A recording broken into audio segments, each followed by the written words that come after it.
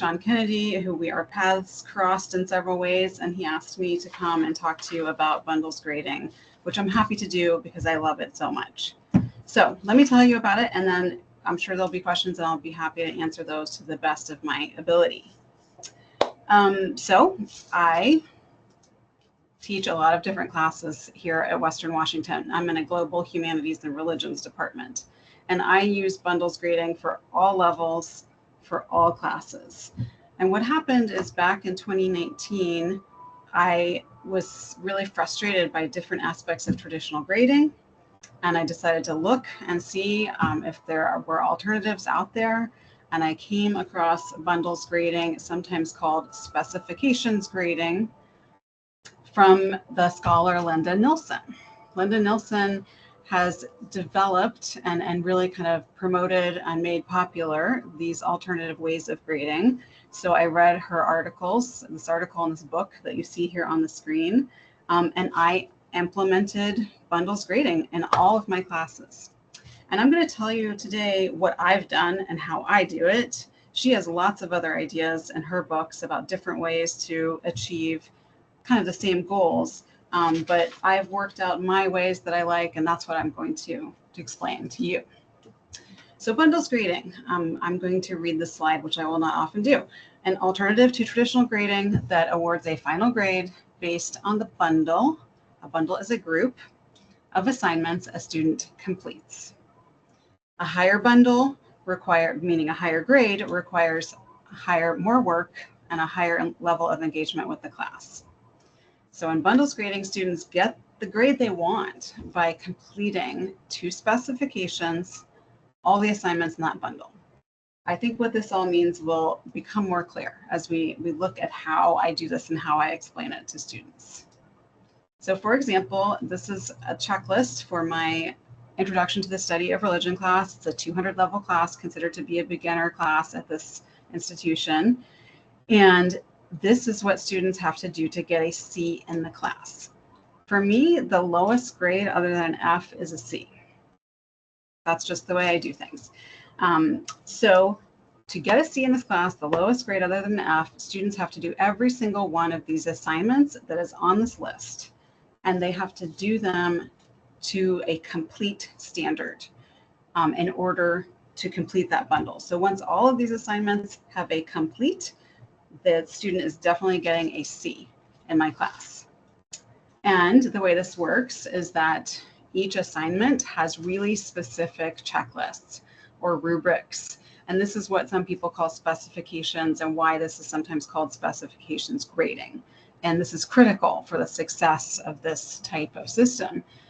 So when I'm planning a class, I think about really what do I want from my students on a particular assignment. And I spell it out as much as I can, as clearly and, literally as I can do it.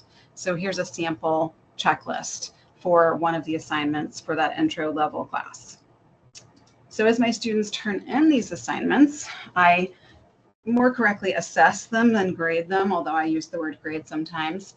So I'm looking at the assignment and I'm looking at my checklist, and I go down that checklist, and if the student has done everything on that checklist, complete. It gets marked complete, that assignment. However, if something is missing, which happens sometimes, the assignment is marked incomplete. And you can see here, I highlighted something that my theoretical student missed of the references that are necessary to be complete on this assignment. And so I show them what it is that they have missed. And I even, write it out and say, like, here's what you're missing. You have a few of these. We need at least 2 more, that kind of thing. So that it's very clear what they need to do in order to resubmit the assignment with the necessary changes to receive a complete.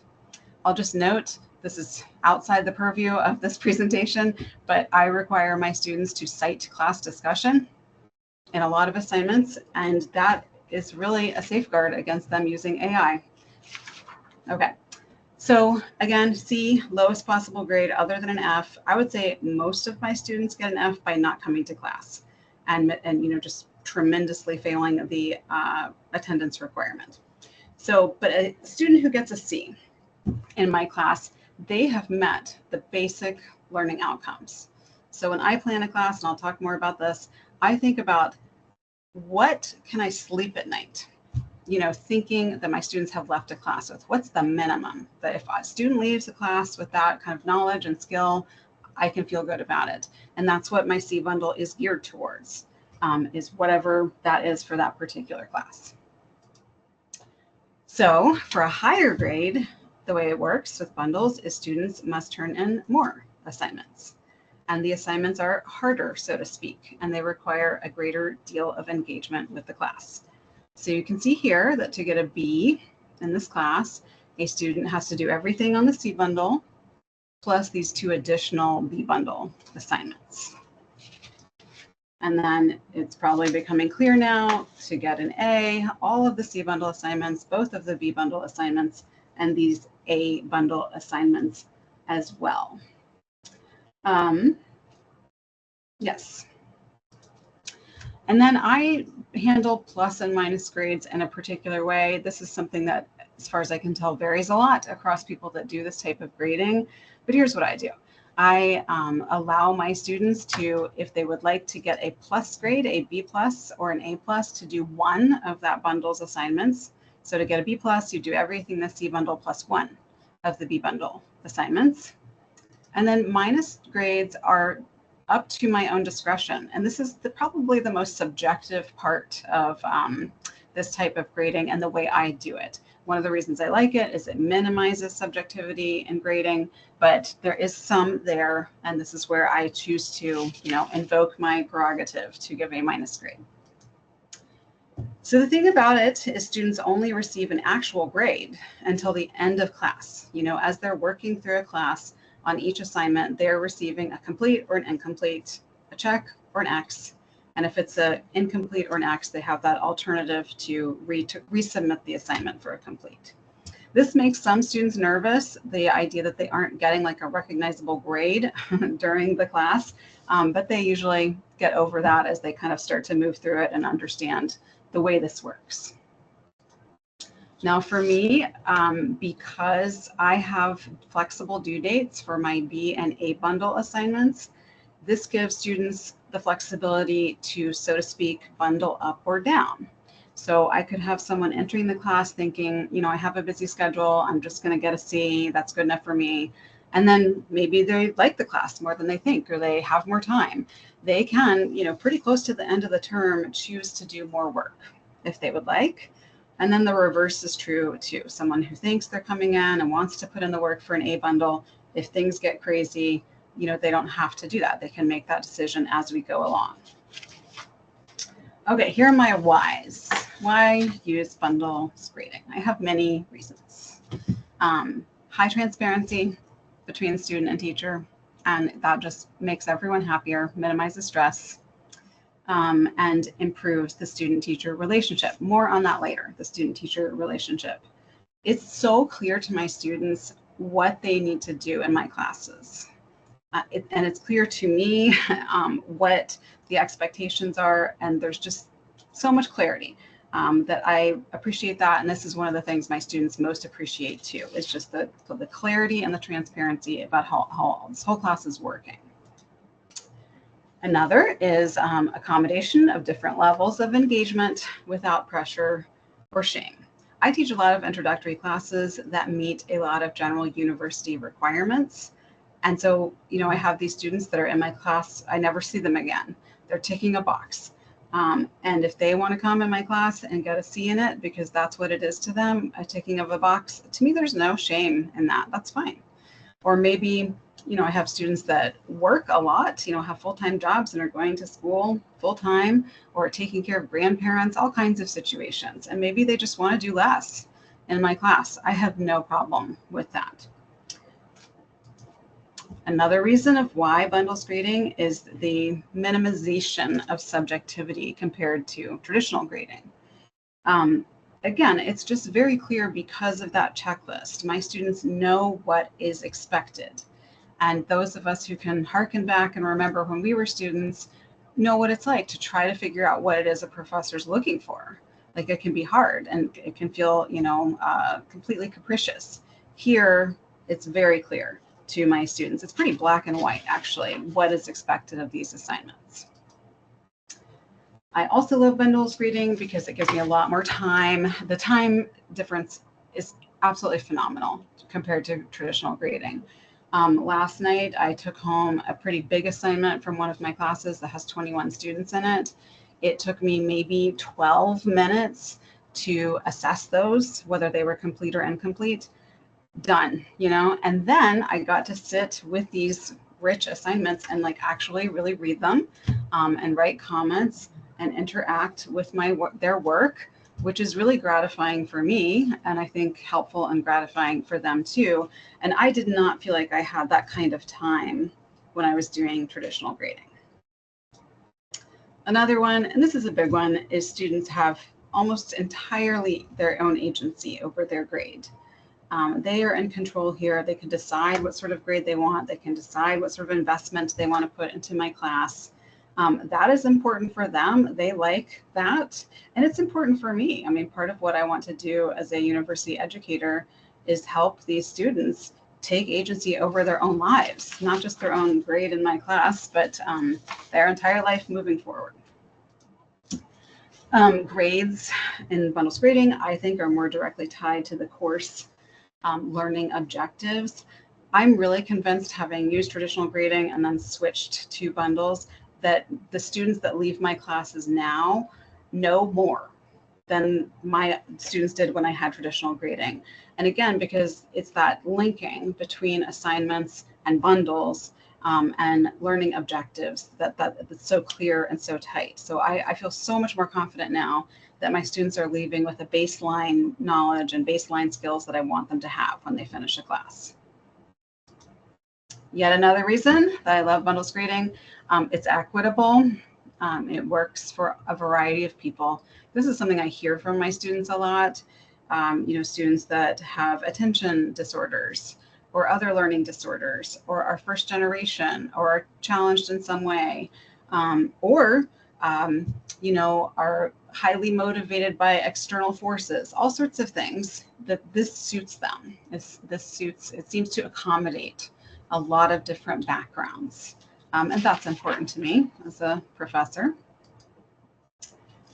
One more thing of why I love bundles grading, which is that it really mimics the sort of feedback I think students are likely to receive in other settings, like maybe future jobs. And that really solidifies student learning. And what I'm talking about here is, in traditional grading, if I give a student a B, and even if I write on the paper, here's what was missing, or, this was lacking, or something like that, there's very little incentive for them to correct that. There's almost no incentive for them to correct it. They read the B and they're like, that's fine, I got a B.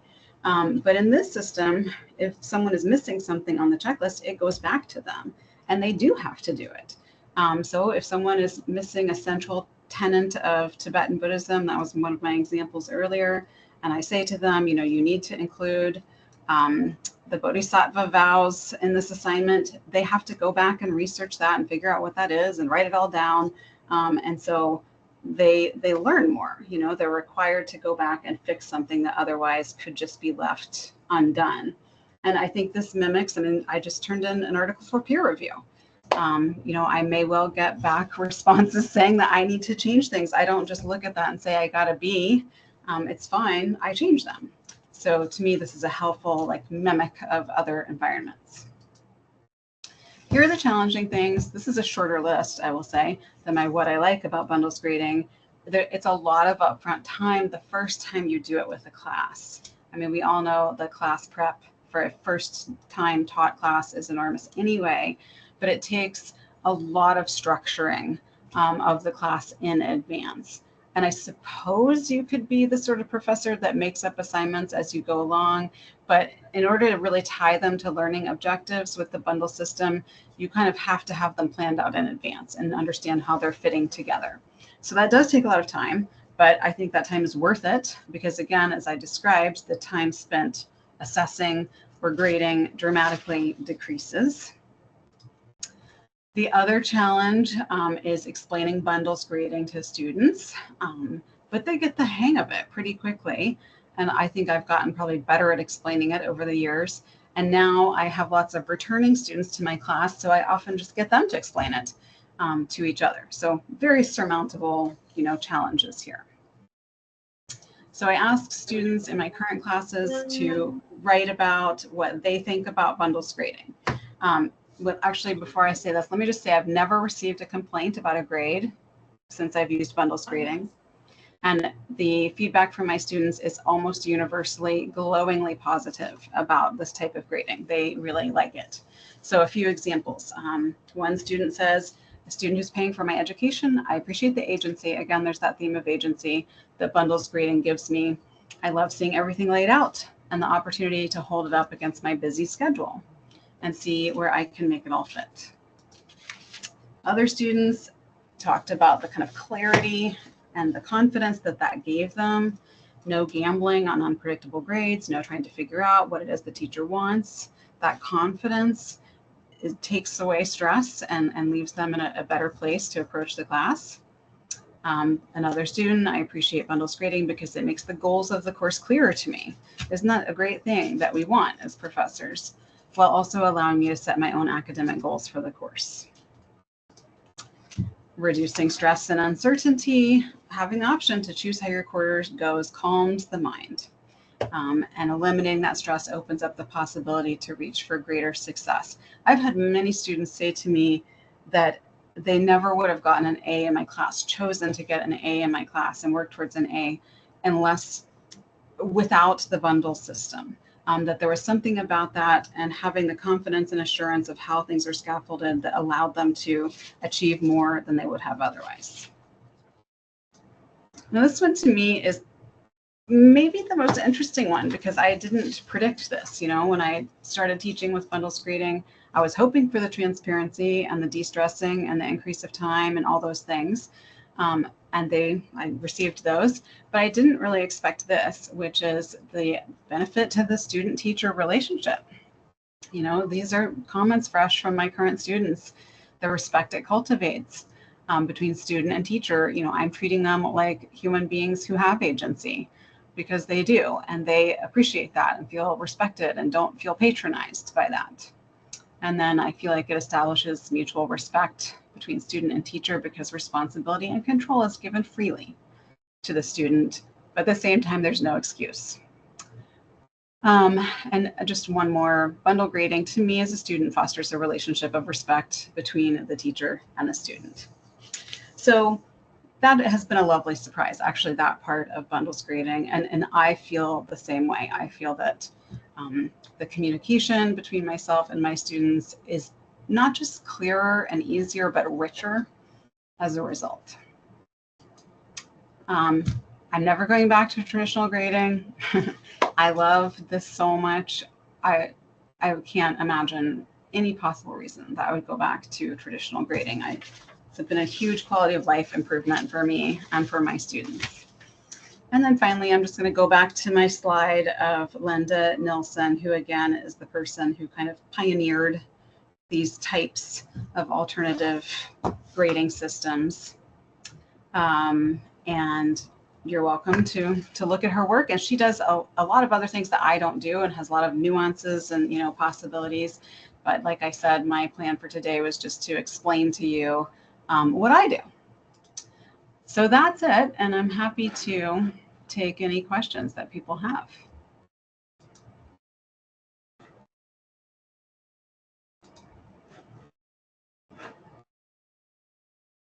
Are we Hey, going to Carrie. do? Sean Hi. here. Yeah, Hi. thank you very much for giving us your time. I really appreciate this. And yeah, I would just like to share with the rest of the group is I've adopted this. This is the first time I've adopted it for the semester.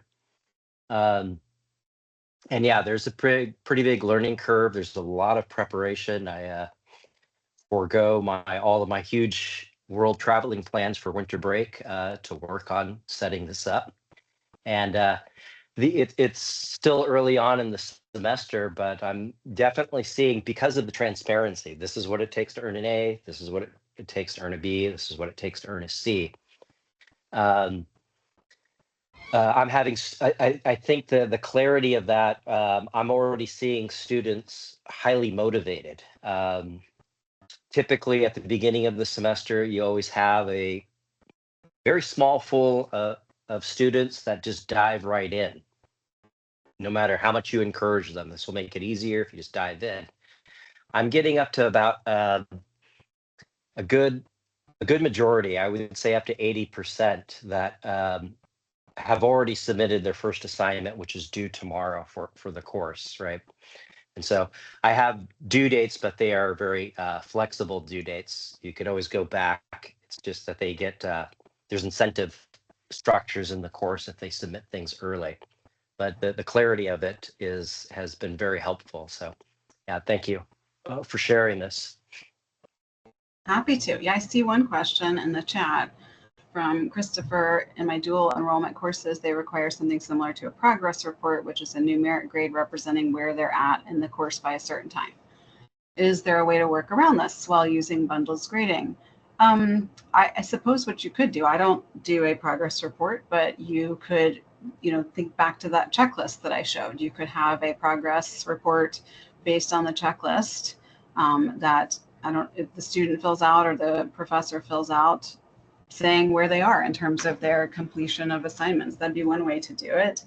And in my classes, I tend to structure things such that most of the C bundle assignments are due and maybe the first 2/3 of a teaching term. And so there's a way in which that means my students have a real handle on at least that C bundle grade that seems to be helpful to them, kind of giving them a midterm check of where they're doing, how they're doing.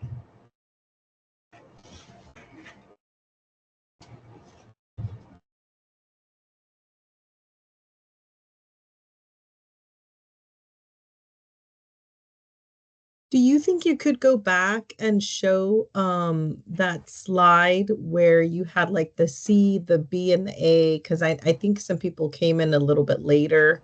Sure. I don't know if they were able to view that. And then so I think you were just talking about due dates, and you said if like halfway or 2/3 of the semester, all your C assignments are due, right? Mm-hmm. So how do you then so then they could literally just finish and then not have to do the rest if they just want to see, or how does that work? Yes, and again, this is a personal choice. It doesn't have to be done this way. Bundles grading does not have to be done. It's just the way I do it. Well, so, I really value attendance. So a lot is riding on attendance. So my students are highly motivated to continue attending the class till the very end, even if they've completed their C bundle assignments early. But yes, there kind of gets to be a point where once they have completed their C bundle assignments, they could potentially be done turning in assignments.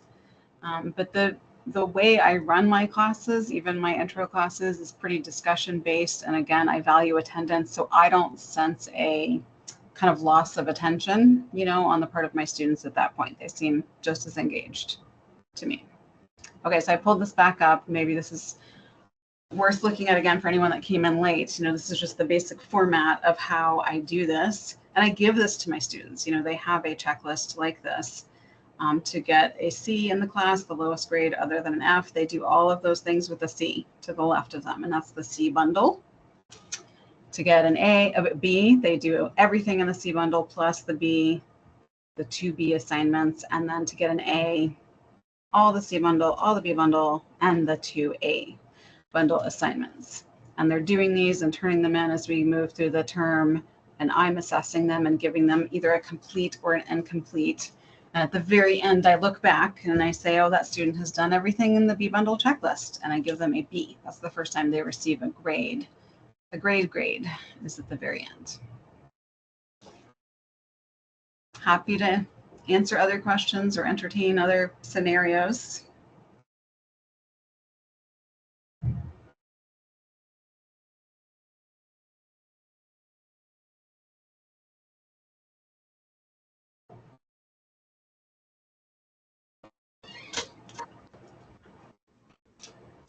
I don't see any other questions. Maybe Mr. Kennedy, I don't know, since you had seen this, what were the questions you had when you first saw this presentation? that maybe you thought that could be challenging, or that had you decide to try it?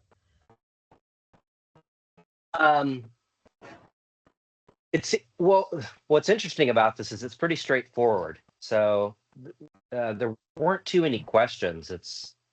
I mean, it's pretty simple. You create a checklist for this criteria of a certain grade, so on and so forth. Um, I was, over the years of teaching, I think the relationship gets strengthened with this process, and I'm anticipating it to get strengthened through this process. And I'm already seeing this this early on in the semester. There's a lot of tension with this chasing of these phantoms of these letter grades that have no real substance behind them, right? And it sort of reminds me of people who are motivated to get into the professional trades solely based on earning money, right? And this can, I don't know, that seems like a formula for a pretty miserable life because you're chasing something that actually isn't there, right? And so the bundling system gives substance to effort. So I do it a little bit differently, not incomplete, complete. Basically, the A is exceeding expectations, B is effort noticed, and C is satisfactory. Um, and so the emphasis is on the effort that is involved in what the students are doing. And I particularly, I'm hearkening back to my experience as a student, and definitely there were boxes that I checked.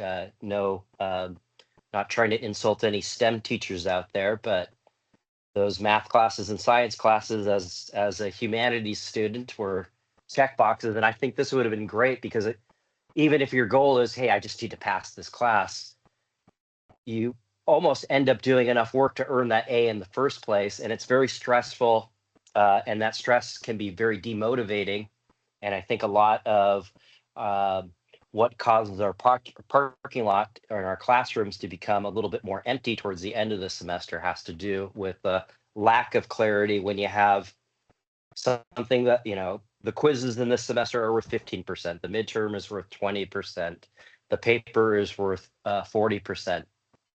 And as clear as that might be in our heads of what these percentages mean, students have no idea. And so it's scattershot of what they're doing. And so again, the clarity of this is pretty interesting. In this, yeah, Carrie brought up this book here, the specifications of grading. And what's good about this book is there are several other ways of approaching this.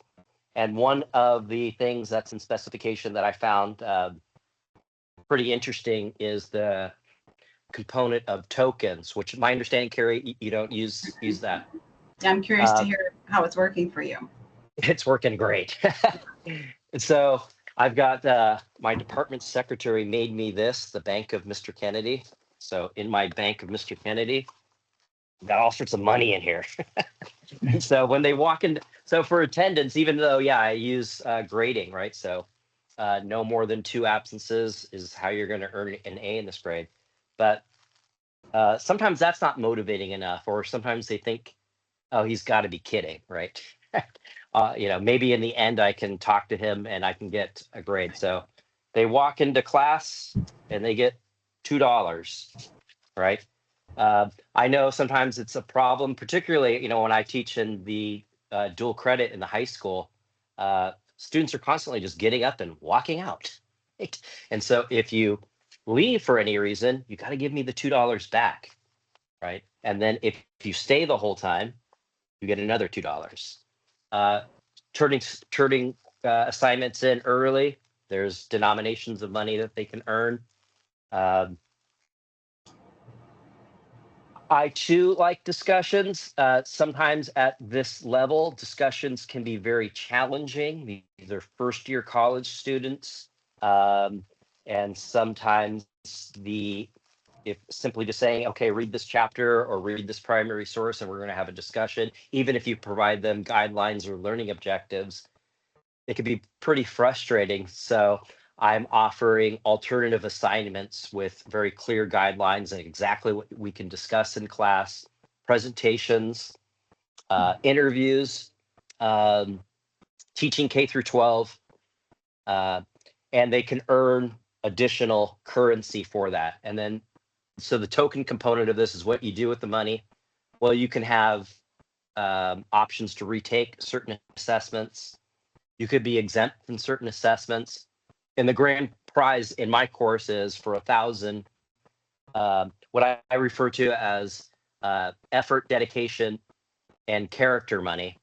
You can get out of the final exam, right? And so that seems to be very, very motivating to students. And they are, and it's, I'm, for most of these, they need to come into the office so I could verify that they've either completed or not completed the bundled assignments. And so I'm already winning the contest here in our suite in the history department of the most students visiting my office, and I'm getting to know them. And so it's an opportunity to talk with them. And so, yeah, overall, yeah, I'm 2 weeks in, and yeah, I'm pretty confident I will never. Yeah, that's right, Jackie. I'm pretty confident I will not return to the traditional grading method. And yeah, and just to finish that thought, yeah, it would have been nice as a humanities student in a math class to go, oh, that's what it takes to earn a C. I'm going to do that. So I could concentrate on my history courses, which is what I find really interesting in life. Is the token system a lot of work on your side? It seems like it is to me. It seems like it's a lot of tracking. No, I don't track it at all, right? So Okay. I tell them, right, this is your money. So if you lose your money, just like in life, you can't go to the grocery store and say, hey, I lost my money. Can I still get some milk? Right? No, you got to keep track of your money. And the exchange happens when you hand me the money in my office.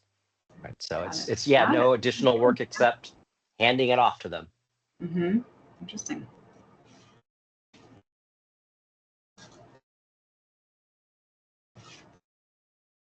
Thank you. I don't see any other questions in the chat at this time. My presentation was perfectly clear, obviously. Well, thanks for having me, everyone. Nice to be with you. Thank you very much. All right. Take care. Bye-bye. Thank you. Have a great day, everyone. Thank you very much. Take care.